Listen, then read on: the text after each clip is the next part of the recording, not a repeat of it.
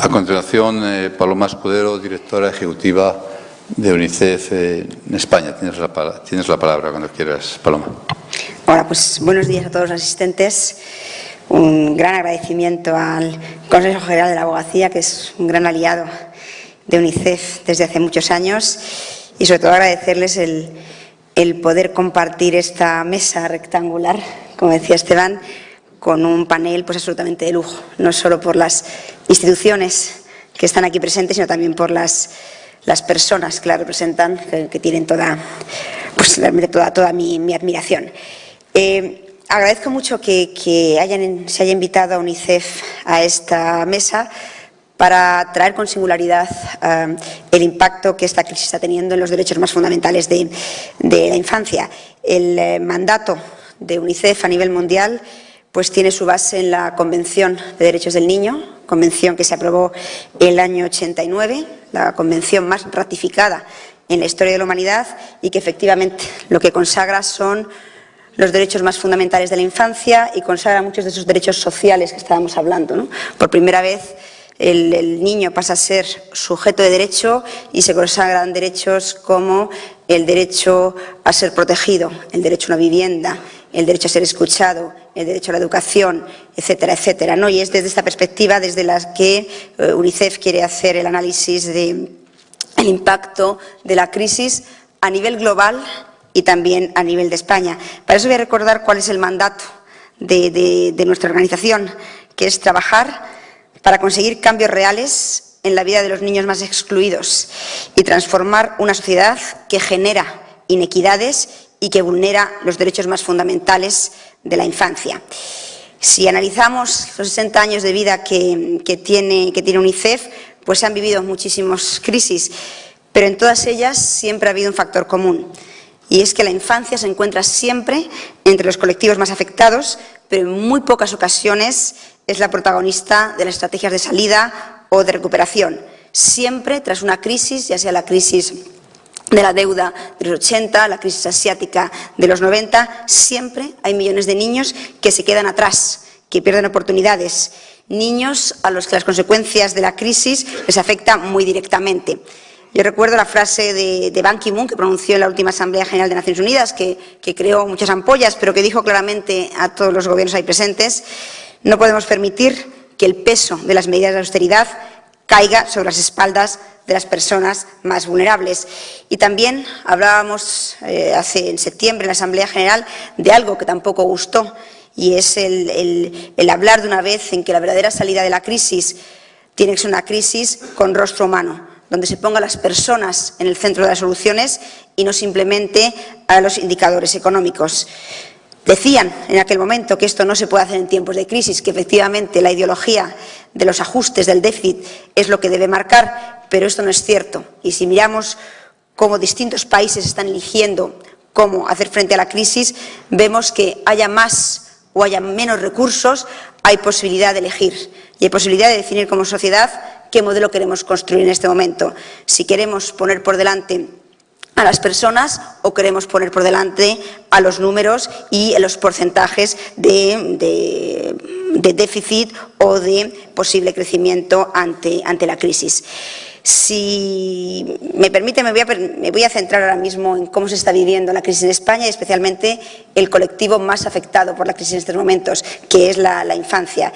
Sí que quiero recordar y repetir lo que he escuchado tantas veces a Sebastián, ¿no? El grandísimo escándalo que supone que un país como España, que es el 12º país más rico en todo el mundo, permita los índices de pobreza infantil que se vive en este país. Simplemente quiero hacer una pequeña fotografía, a lo mejor cuantitativa, con números, pero es una fotografía enormemente objetiva del impacto de la crisis en la infancia, para luego pasar a poder debatir esas decisiones políticas y en el fondo también sociales que hay que tomar para garantizar los derechos de esos miles y miles y miles de niños en España que pueden ver vulnerados sus derechos porque no estamos enfrentando la crisis como deberíamos. Un repaso muy general a la situación de pobreza infantil en estos momentos en España. Está afectando a más de 2.300.000 menores de edad que viven en hogares por debajo del umbral de la pobreza. Cada año son más de 300.000 niños los que se incorporan a hogares en riesgo de pobreza, y en el año 2011, el último dato con el que contamos, es que un 27,2% de los niños españoles viven en riesgo de pobreza, frente a un 21,8% que vive en riesgo de pobreza en la población en general. Además, es importante el dato que nos dice cada año que no solo cada vez los niños son más los que viven en riesgo de pobreza, sino además cada vez son más pobres. Porque no es solo el número de niños que viven en la pobreza, también es el hecho, como también ha comentado Sebastián, de que cada vez es más bajo el umbral de la pobreza. Ahora mismo, en solo 2 años, es 1.000 euros menos lo que se considera como un umbral de la pobreza, que son en estos momentos 15.758 euros. Hace 2 años era 16.758 euros. Eso quiere decir que cada vez hay más niños que están en hogares con menos recursos y con más dificultades para poder realmente garantizar las necesidades básicas de cualquier menor. Además, la intensidad de la pobreza es muchísimo más alta. En España ha crecido la pobreza crónica infantil en un 53% y además sigue siendo el colectivo, después de los niños menores de 18 años, que más están sufriendo la pobreza, es el colectivo entre 18 y 25 años. Con lo cual, como sociedad, tenemos un reto grande, porque ahora mismo es la infancia y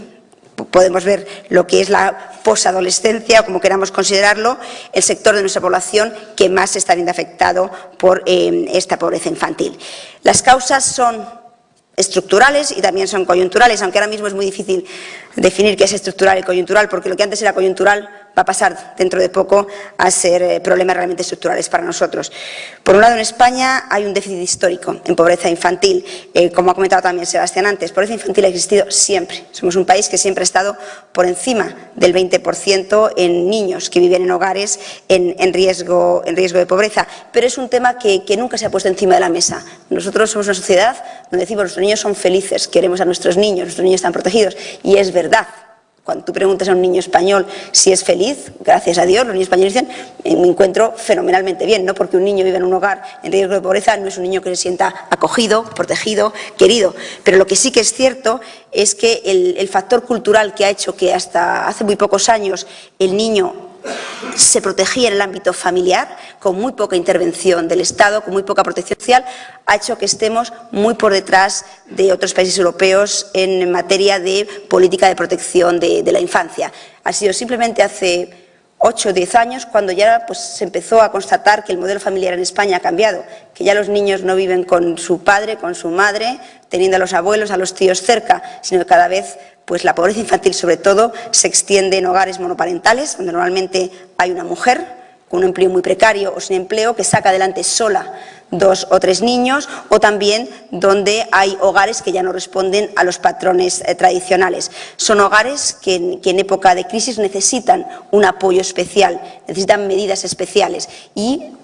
nos ha pillado esta crisis con los deberes sin hacer, no como otros países que están sufriendo la crisis con la misma fuerza que nosotros. Estoy pensando, por ejemplo, en Irlanda, en Portugal o en Francia, que sí que tenían una red de protección social que ha podido de alguna forma hacer frente mejor que en España a lo que está siendo el azote real de la crisis en las familias españolas. Muy importante saber también que, claro que hay derechos fundamentales de la infancia por los que hay que velar en estos momentos, porque puede ser que determinadas medidas que se están tomando en materia de educación, en materia de vivienda, en materia de salud, puedan no garantizar los derechos constitucionales que tiene cualquier niño. Aquí yo me remito a un informe que hemos sacado hace poco en UNICEF, donde constatábamos que hay posibilidades de poder medir el impacto en la infancia de cualquier medida que se tome. Se hizo un análisis de las medidas que habían tomado 6 países de la Unión Europea en los últimos 2 años frente a la crisis, donde se veía claramente que hay medidas pro familia, hay medidas pro infancia y hay medidas que no lo son. En estos momentos, por eso estamos pidiendo que no haya ninguna medida que se tome en estos momentos que no valore de antemano cuál puede ser el impacto en la infancia. Obviamente estamos hablando de medidas fiscales, estamos hablando de medidas de protección frente al desempleo. Por supuesto, cualquier medida que se tome en materia de educación, de vivienda o de salud, pero no es algo que podamos dejar digamos, a las fuerzas económicas o a la evolución de la economía. Es algo que se tiene que prevenir, porque ahora mismo las medidas que tomemos en 2012 van a tener un impacto no ya dentro de 5 años, van a tener un impacto en el crecimiento de pobreza infantil en España en los próximos 2 o 3 meses. ¿Cómo se puede abordar en España el problema de la pobreza infantil? Yo me remito al informe que hizo ya en el año 2010 el Comité de Derechos del Niño. Es una institución independiente que evalúa cada 5 años cómo cada uno de los países que ha ratificado la Convención de Derechos del Niño aplica medidas y cambia sus políticas para garantizar el pleno cumplimiento de la Convención en ese país. En el caso de España, España fue evaluado en el año 2010 y el primer punto que destacó el Comité de Derechos del Niño fue la situación de vulnerabilidad de este más de 25% de menores españoles que viven en riesgo de pobreza, y propuso una serie de medidas muy concretas, aprendiendo obviamente de la experiencia de otros países, para poder realmente frenar el impacto que la situación social y económica que vivimos podía tener en nuestros menores. Algunas de esas medidas que recomendó el comité pues son medidas que pueden parecer obvias, pero que todavía estamos muy lejos de tener el consenso político y social para ponerlas en marcha. La primera, obviamente, es la protección de todas aquellas inversiones que afectan directamente a derechos fundamentales de los menores. Hablaba de la protección de las inversiones en salud, en educación. También hablaba de la importancia de evitar cualquier discriminación, especialmente de los colectivos más vulnerables, y de realmente tener medidas de impacto de cualquier política que podía tener en la infancia. También hablaba de poner a los niños en el núcleo de las decisiones políticas que se adoptaran. Hablaba de poder incorporar un informe de impacto sobre la infancia en cualquier legislación y en cualquier disposición normativa. Hablaba también de poner en marcha mecanismos formales para evaluar los impactos de la crisis económica y de las políticas de austeridad de los niños y de sus familias, y hacer de ese tema un tema de consenso político y de prioridad nacional. Para ello pedía también el que se elaborara en España un plan nacional contra la pobreza infantil, y también invitaba a que estos planes pasaran también a ser planes autonómicos, incluso planes locales, porque no hay que olvidar que en España las competencias de familia e infancia están delegadas en las autonomías, y la mayor parte de los presupuestos de política de familia e infancia están realmente a nivel de los ayuntamientos. Pedía también que hubiera una acción coordinada, complementaria y eficaz entre las administraciones autonómicas, y que se garantizaran los mismos derechos a cualquier menor, independientemente de la comunidad autónoma donde estuviera viviendo. Hablaban de un paquete mínimo de beneficios para cualquier niño. También hablaba de el poder cambiar y revisar el modelo social de apoyo a las familias, no solo desde las prestaciones sociales, sino también desde los impuestos, desgravaciones fiscales y también el apoyo especialmente a aquellas familias en paro de larga duración que tienen menores a su cargo. Se defendía, y es un tema pues que obviamente llevamos trabajando mucho tiempo, de que se garantice la universalización de la educación gratuita y de calidad de 0 a 3 años, y que el derecho a la salud y a la educación fuera garantizado para cualquier menor que residiera en España, independientemente, obviamente, de la situación legal o del origen de sus padres. Y luego también, de una forma importante, hablaba de la importancia de una armonización legislativa a todos los niveles en España, que ahora mismo realmente está siendo pues un problema para poder garantizar plenamente todos los derechos contemplados en la Convención sobre los Derechos del Niño, y también hablaba de la importancia de reforzar un observatorio nacional de infancia.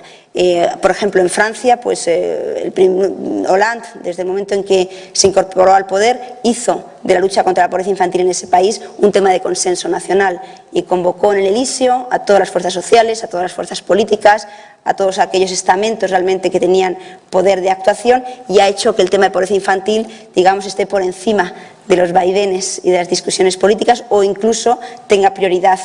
en la discusión de presupuestos. La situación de Francia no es tan grave como la situación en España, y por eso ahora mismo, si queremos tomarnos en serio todas estas recomendaciones del Comité de Derechos del Niño, pero sobre todo lo que es una realidad que no podemos eludir, pues tenemos pocas opciones. Realmente hay que llamar, yo creo, al consenso político, como ha mencionado, muy bien mencionado la la defensora del pueblo esta mañana, sin consenso político y sin optar en estos momentos, porque hay 3 o 4 temas que deben ser de absoluta prioridad y que se deben de tomar en serio y de apostar por ellos por encima de otras consideraciones económicas o políticas, no vamos a poder realmente hacer frente y no vamos a poder frenar este incremento de 300.000 niños cada año que viven en una situación de mayor vulnerabilidad, pero especialmente de mayor riesgo. Ya para terminar, pues realmente a lo mejor recoger muchas de las excelentes propuestas, ¿no?, que hemos escuchado aquí esta mañana. Yo creo que lo primero es que cuando hablamos de recuperar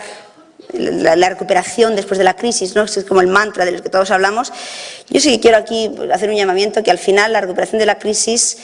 la vamos a hacer entre todos. Ni es un tema de políticos, ni es un tema de estamentos diferentes de la sociedad. Y realmente yo creo que las principales medidas que estamos viendo enérgicas en los últimos meses vienen de la sociedad civil. O sea, si hemos conseguido realmente el parar, diría yo, parar o por lo menos el parar momentáneamente los desahucios, ha sido porque ha habido realmente una voz civil muy unánime de la sociedad diciendo basta ya. Si vamos a conseguir, seguro, el que haya un movimiento social para poder frenar toda la nueva legislación sobre las tasas, será porque la sociedad se movilice y diga esto no, esto atenta contra nuestros derechos fundamentales, vamos a movilizarnos. O sea que también, como Sebastián, estoy totalmente de acuerdo que esta situación nos tiene que llevar no a la parálisis, sino a la movilización. Por supuesto, como he dicho antes, tenemos que hablar siempre de una recuperación con rostro humano y no dejar que las mediciones, los indicadores económicos pasen por encima de lo que son los derechos más fundamentales que como sociedad hemos construido durante tantísimas décadas. Si repito una frase de Ban Ki-moon, él dijo hace muy poco, ¿no?, una recuperación real solo será posible si es una recuperación para todos. Si de esta crisis salen colectivos, millones y millones de personas que se quedan excluidos y que realmente se quedan desenganchados de lo que es nuestro modelo de sociedad, no estaremos más que extendiendo una crisis mucho más profunda de la crisis que nos encontramos ahora. También yo creo que esta crisis nos va a llamar a transformar profundamente el modelo de sociedad que queremos. Estamos, como ha dicho también Sebastián antes, nuestro modelo social en estos momentos está basado en un modelo que genera inequidades. Y ahora mismo tenemos el reto realmente de mirar muy bien aquello que queremos cambiar en profundidad, ponerlo encima de la mesa y afrontar que la forma en que planteemos la solución de esta crisis será la forma en que yo sinceramente creo que nuestra generación será recordada, ¿no? En las grandes crisis históricas pues hay generaciones que han conseguido superarlo con enormes honores, ¿no? Si pensamos, por ejemplo, en la crisis del 29, con el New Deal en Estados Unidos, si pensamos en la posguerra con la creación de Naciones Unidas o con la creación de la Unión Europea, pues la crisis que nos encontramos ahora mismo es igual de profunda que la crisis en que se encontraban muchas sociedades en el 29 o en la posguerra. Ellos encontraron una solución, una propuesta que hizo que la sociedad que se generó después de eso fuera mucho mejor de la sociedad que había antes de la crisis, y nosotros no podemos quedar atrás. El objetivo y el sueño de todos es que en los próximos 10 años podamos decir que de esta crisis salió una sociedad más equitativa, pero sobre todo una sociedad mucho más integradora, donde redujimos de forma drástica el peso de la crisis o la vulnerabilidad de millones de personas y donde realmente, bueno, pues no salimos de la crisis a costa de los más vulnerables y en este caso obviamente a costa de nuestros niños. Muchísimas gracias.